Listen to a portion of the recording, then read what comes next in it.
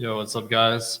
Welcome to the Awesemo.com GPP Core, sponsored by Jock Market.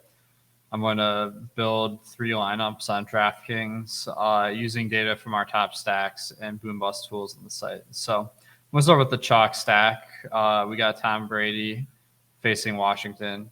Washington hasn't been nearly as good at pass defense this year. Plus, Brady and the Bucs throw out a really high rate, so this stack always has upside. We have AB kind of questionable. Godwin's supposed to be a game time decision, and Evans is in. So I'll just put Evans and Godwin in for the moment. This is a stack that you probably want to run back because Tampa Bay is a big favorite in this game, and you want more than usual passing. So Terry McLaurin is pretty low owned. You could go that direction. Gibson or McKissick. All of them are actually like pretty expensive. So I'm just not going to stack this side because I feel like Terry McLaurin's expensive enough that I can just pick a wide receiver that will outperform him and be fine. So some wide receivers that I really like this week. Deontay Johnson is kind of top of the list. Claypool's status is still yet to be determined, but he had a pretty bad toe injury. That's just going to make more targets for Deontay. The matchup couldn't be better. And so let's go some running backs. Since I have Deontay, I'm probably not going to pick Najee Harris. Ezekiel Elliott seems like a better choice. Dallas got absolutely smoked last week, but they're in a good matchup versus Atlanta, big favorites. And then I feel like I need some real value in this lineup because I'm running short Dearness Johnson. Although Chubb's not officially ruled out, he should be the running back this week unless Chubb has a miracle in the COVID testing. Now let's put in a defense. I need to go a little bit cheap on this one, so let's go to Philadelphia. Teddy Bridgewater is, an average quarterback, nothing exciting. So that's just going to make this defense a little bit underpriced. Actually, just got the news that Antonio Brown is out this week, so that makes me feel even better about this lineup. All right. Tight end, 7,200 left. Really need to go cheap on this one. I might have to retool this a little bit and spend a little bit down at wide receiver. So let's do that. Let's put in I already have Dearness Johnson, but Landry could be a good option. We got Myers as well. He's always a little bit under-owned because he just hasn't had that fancy points per game, but he gets the yards, so I'm buying low. All right, for tight. Okay, now I want to spend down a little bit at tight end. Let's go with Jared Cook. He's pretty cheap as always, but Chargers throw a ton, and he's been out there a lot. All right, I got 6K left. I can let's see.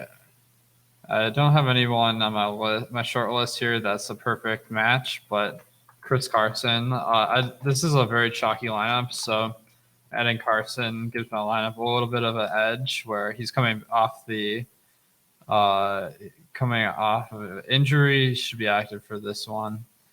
I'm seeing that my value ranking isn't that high, so I could try to make some flips here to get that higher, but I do like the stack and these plays individually. All right, let's make lineup 2.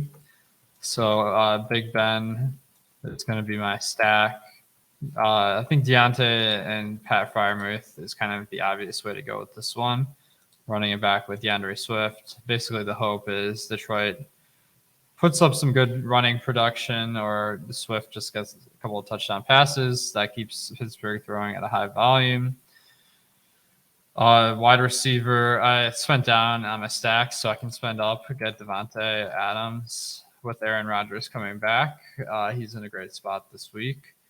Let's go to running back. I feel like Dearness Johnson's just going to be pretty much a lock if Chubb's out like we're expecting. So that just makes my lineup even more stacked.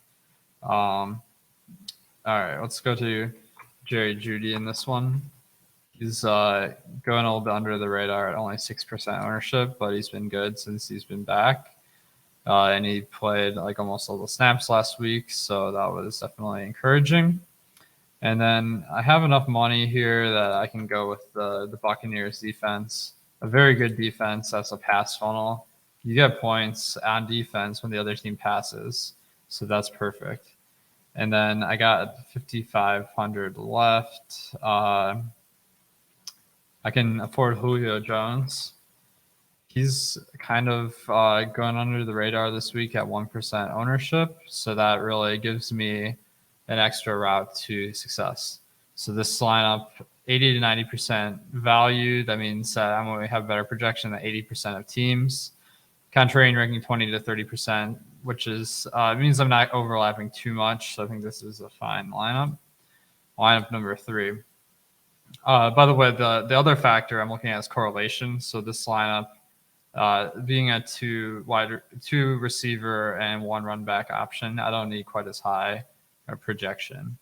All right, let's go to Russell Wilson in this lineup. He's coming off of injury. Somehow a big underdog to the pack, but I think that gives us a lot of upside. The only trouble is it's expensive. So if I go with Lockett and Metcalf and Devontae, that's probably not really feasible. So I could mix it up and go with Gerald Everett. He's clearly their tight end. So that does fill a spot that's a little bit hard to fill, and he's going to be low owned this week. So that just gives my lineup a little bit more edge. I could go to Aaron Jones or Devontae Adams. Let's go to Aaron Jones in this one. I mean, really high upside player. We see it time and time again. And I'm hoping this game has a lot of touchdowns. All right, let's go to Michael Pittman in this one. He's been phenomenal. The only question is, are they going to pass the ball a lot in this one as big favorites? But as a GPP play, I'm not as worried about that median outcome. All right, and then I want to put in Dearness Johnson again. I think he's just kind of a lock this week if everything kind of goes according to plan. And then one guy I haven't mentioned yet is Mark Ingram. With Alvin Kamara doubtful, he stands to have a big workload. Matchup and the quarterback, not the greatest, but I think he's going to be really not that popular this week because Dearness Johnson is going to draw a lot of the ownership. I have the money to spend up at defense. Usually the spend up defenses don't have great odds in our simulations, but this one, 7% ownership, 7% chance of being the optimal lineup according to our boom bust tool. So that is totally reasonable. Now I will mention you can buy action on Jock Market for all these players, and we have projections for how much they're worth. The way it works is if your guy is the highest scoring player on the slate, you get $25. If they're second, you get 20, and it goes down. And because of that, simulations are a really good way to figure out how much each player is worth. We're doing all that work for you so that you can invest a little bit of money. Definitely a different approach to fantasy, and you can use the promo code Awesemo there. So make sure to check them out. All right, I got 7,800 left for a wide receiver. Let's see if there's. Looks like I